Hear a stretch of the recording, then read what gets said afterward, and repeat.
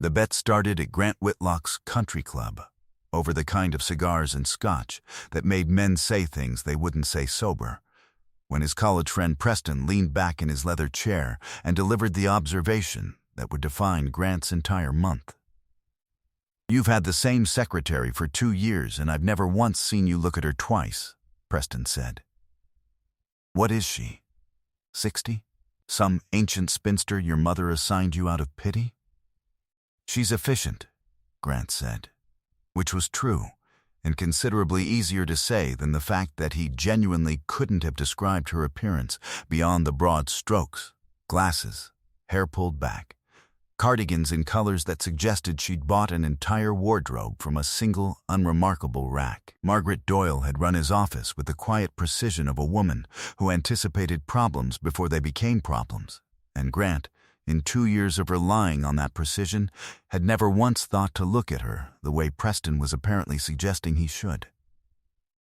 She'd arrived at the firm with a Ursum that outclassed half the junior partners twice her age, had reorganized his entire filing system within a month, and had, on more than one occasion, caught contract errors that would have cost the firm considerably more than her annual salary to fix after the fact.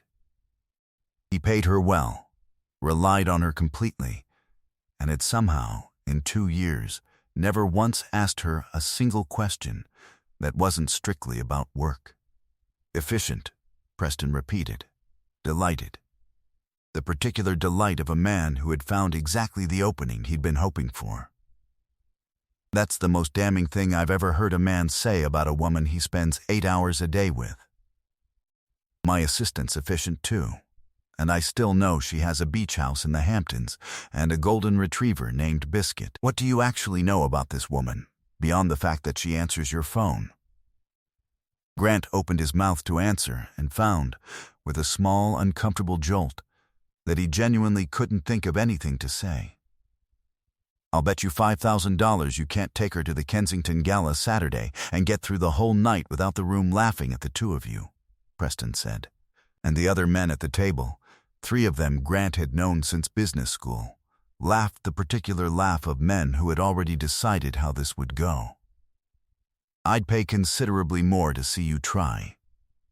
Grant should have declined. He knew that even as the words left his mouth, some old, stubborn instinct for a challenge overriding the part of him that understood exactly how badly this idea reflected on everyone involved, himself most of all. "10,000, he said instead, "and I'll bring her as my actual date, not a joke. If anyone in that room laughs, I lose." "Deal," Preston said, delighted, and Grant spent the rest of the evening quietly regretting a decision that had, by Monday morning, already become considerably more complicated than a simple wager. He asked Margaret on Tuesday, standing in the doorway of her small office adjacent to his own, phrasing it as carefully as he could manage without actually explaining the bet itself, which he had no intention of ever mentioning to her directly. "I need a date to the Kensington Gala Saturday. Strictly professional appearance. The Whitfield account is being discussed there, and I'd rather not attend alone and field questions about my personal life all evening. I'll cover the cost of anything you need for the evening." Margaret looked up from her desk, adjusting her glasses with the particular, unhurried calm that had made her indispensable in the first place. "You want me to pretend to be your date to a gala? I want you to attend as my date, not pretend to be anything," Grant said, aware even as he said it that the distinction sounded thinner than he'd intended. "It's a business function. I trust you considerably more than I trust anyone else I could ask on 4 days' notice. That's either the most practical invitation I've ever received or the strangest," Margaret said. But there was something in her expression that suggested amusement rather than offense, and after a moment's consideration, she nodded. "Fine, I'll need Friday afternoon off to prepare." "Take whatever time you need," Grant said, relieved, and went back to his office without examining too closely why the relief felt considerably larger than the situation warranted. Saturday arrived, And Grant picked Margaret up from her apartment, expecting the version of her he saw every day at the office. Competent, unremarkable, easily overlooked in a room full of people who noticed only what they'd been trained to notice. He was not prepared for the woman who opened her apartment door in a deep burgundy gown that fit like it had been made for exactly her. Her hair loose and gently curled instead of scraped back, and no glasses at all, replaced by contacts that revealed a pair of sharp, striking green eyes he'd apparently spent 2 years failing to notice were there at all. For a moment he simply stood on the landing, aware of how thoroughly his own assumptions had failed him. And aware, too, of a small, uncomfortable guilt at how easily he'd accepted Preston's framing of her without ever once questioning it himself. "You look," Grant started, and discovered, for the second time that week, that he'd lost the rest of the sentence somewhere between intention and delivery. "I look like someone who cleans up reasonably well when she has 4 days' notice and an actual reason to try," Margaret said, sliding past him toward the car with the same brisk efficiency she brought to everything else. "Shall we go? Or would you like to keep staring in the doorway a while longer?" The Kensington Gala was exactly the kind of event Grant usually endured rather than enjoyed. A ballroom full of people evaluating each other's net worth through the careful mechanism of small talk. And he felt, walking in with Margaret's hand light on his arm, the particular dread of a man about to lose $10,000 in front of an audience specifically assembled to enjoy it. Preston found them within minutes, flanked by the same 2 friends from the club, all 3 of them wearing the barely concealed anticipation of men who had come specifically to watch a joke land. "Grant," Preston said, extending a hand with theatrical warmth, his gaze already sliding past Grant toward Margaret with the particular assessment of a man expecting to find exactly what he'd predicted. What crossed his face instead, in the half-second before he recovered his composure, was something considerably closer to shock. "And you must be Margaret Doyle," Margaret said smoothly, extending her own hand with the easy confidence of a woman who had spent years managing far more intimidating men than Preston across a boardroom table. "Grant's told me a great deal about you. The account he mentioned last month, the one you nearly lost your firm $800,000 on by missing the filing deadline. I hope that got sorted out." Preston's smile faltered, visibly, the particular expression of a man who had walked over expecting to enjoy someone else's humiliation and found himself, instead, unexpectedly on the receiving end of it. Yes, that got resolved."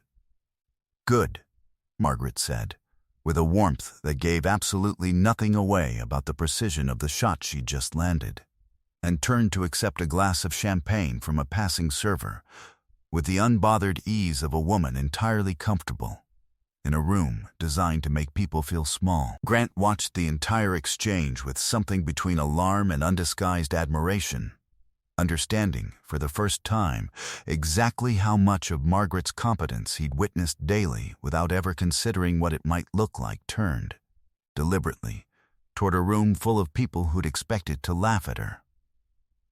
"How did you know about the Kensington filing?"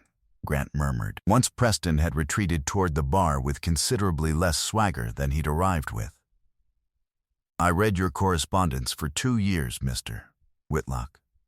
I know more about your business relationships than your accountant does." Margaret took a slow sip of champagne, surveying the room with the particular calm of a woman who had clearly decided, at some point in the last 4 days, that she had no intention of being anyone's punchline tonight. "I assume this evening has considerably more riding on it than a discussion about the Whitfield account." Grant felt something in his chest tighten. "What makes you say that?" "Preston's face when he saw me. The way your other 2 friends have been watching us from the bar for the last 10 minutes instead of actually enjoying the party. And the fact that you asked me to this specific gala on 4 days' notice, despite having attended the last 3 without a date at all." She glanced at him, something sharp and assessing in her expression that reminded him, uncomfortably, of exactly how good she was at reading a room before anyone else in it had finished forming their first impression. "There's a bet, isn't there?" Grant considered lying, weighed the options briefly, and decided with a certainty that surprised him that Margaret Doyle deserved considerably better than a man too cowardly to admit what he'd done. $10,000, he admitted. "Preston bet me I couldn't bring you here without the room laughing at us. I should have refused the bet the moment he suggested it, and I'm sorry I didn't. And I'm considerably more sorry that the reason I even considered it says something fairly unflattering about how little attention I've paid you for 2 years." Margaret was quiet for a long moment, long enough that Grant found himself cataloging every possible way this conversation could end, most of them considerably worse than what actually happened. Somewhere behind her, the band shifted into a new song, and a server passed with a tray of champagne neither of them reached for. And Grant became acutely aware of exactly how much he'd risked simply by telling her the truth instead of letting her discover it secondhand, the way she'd suggested she usually did. "I appreciate the honesty," she said instead. "Though I have to tell you, this isn't the first time I've been underestimated by a room full of men who assumed competence and appearance were mutually exclusive. I stopped being offended by it somewhere around my second job. What I appreciate considerably more is that you're the first one who's actually admitted it to my face instead of letting me find out secondhand. That's a fairly generous response to finding out you were the subject of a bet."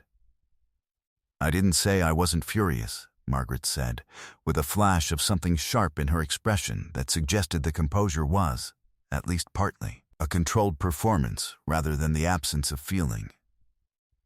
"I spent my first 2 jobs being talked over in meetings by men half as competent as me, and I learned a long time ago that the fastest way to lose an argument with people like your friend Preston is to let them see exactly how much they've hurt you.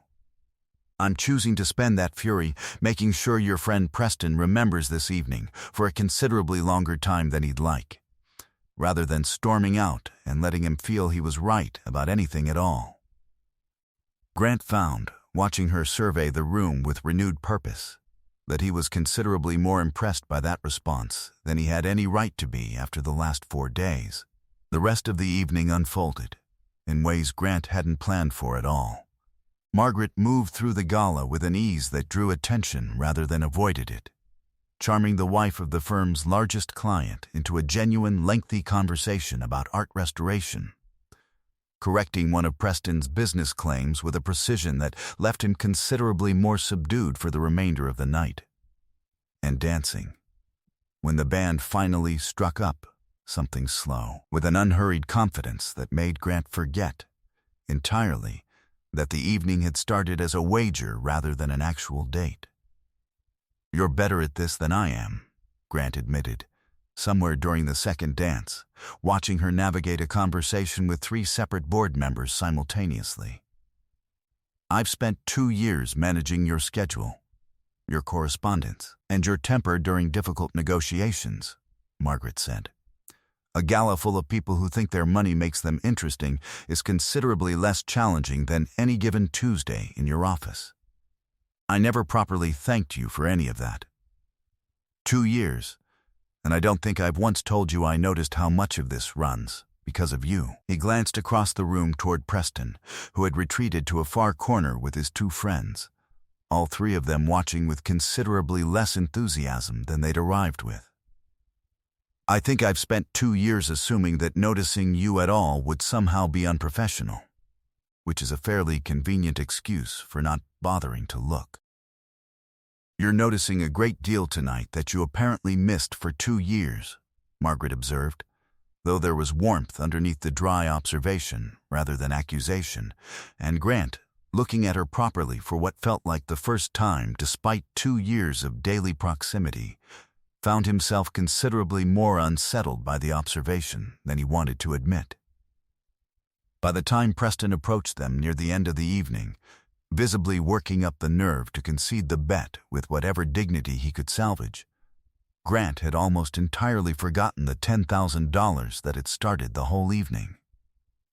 "All right," Preston said, with the particular reluctance of a man handing over money he'd been extremely confident he wouldn't have to part with. "You win. Nobody's laughed all night, and Margaret here has apparently made 3 separate board members reconsider their opinion of your firm's competence, which is considerably more than I expected from tonight." "Keep your money," Grant said, surprising himself as much as Preston. "I don't think I actually won anything tonight that had to do with your bet." Preston blinked, clearly unprepared for that response, and retreated toward the bar with the particular confusion of a man who had come specifically to watch a predictable outcome and found, instead, something considerably harder to categorize. "You didn't have to do that," Margaret said, once Preston had gone. $10,000 is $10,000. It felt considerably more dishonest to collect on a bet I made about you without your knowledge than it did to lose it, Grant said. "I think I owe you more than an apology for the last 4 days.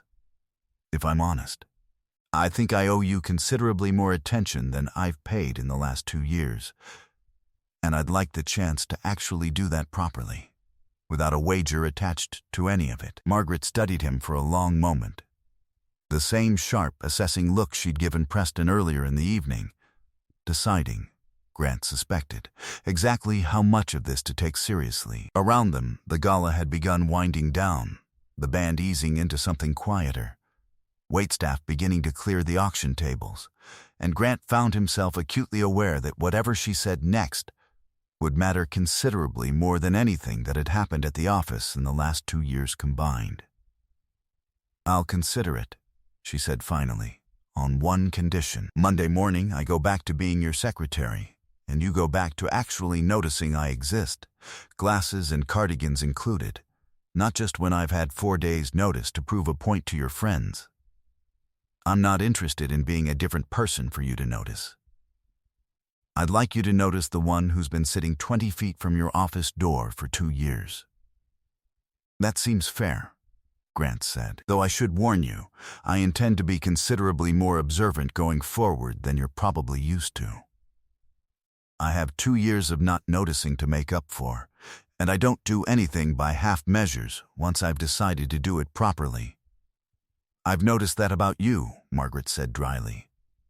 "It's usually aimed at contracts, not people. I'm curious to see how it translates." "I think I can manage that," Grant said, and found, watching her allow the smallest genuine smile to cross her face for the first time all evening, that he was considerably more interested in Monday morning than he'd been in longer than he cared to admit.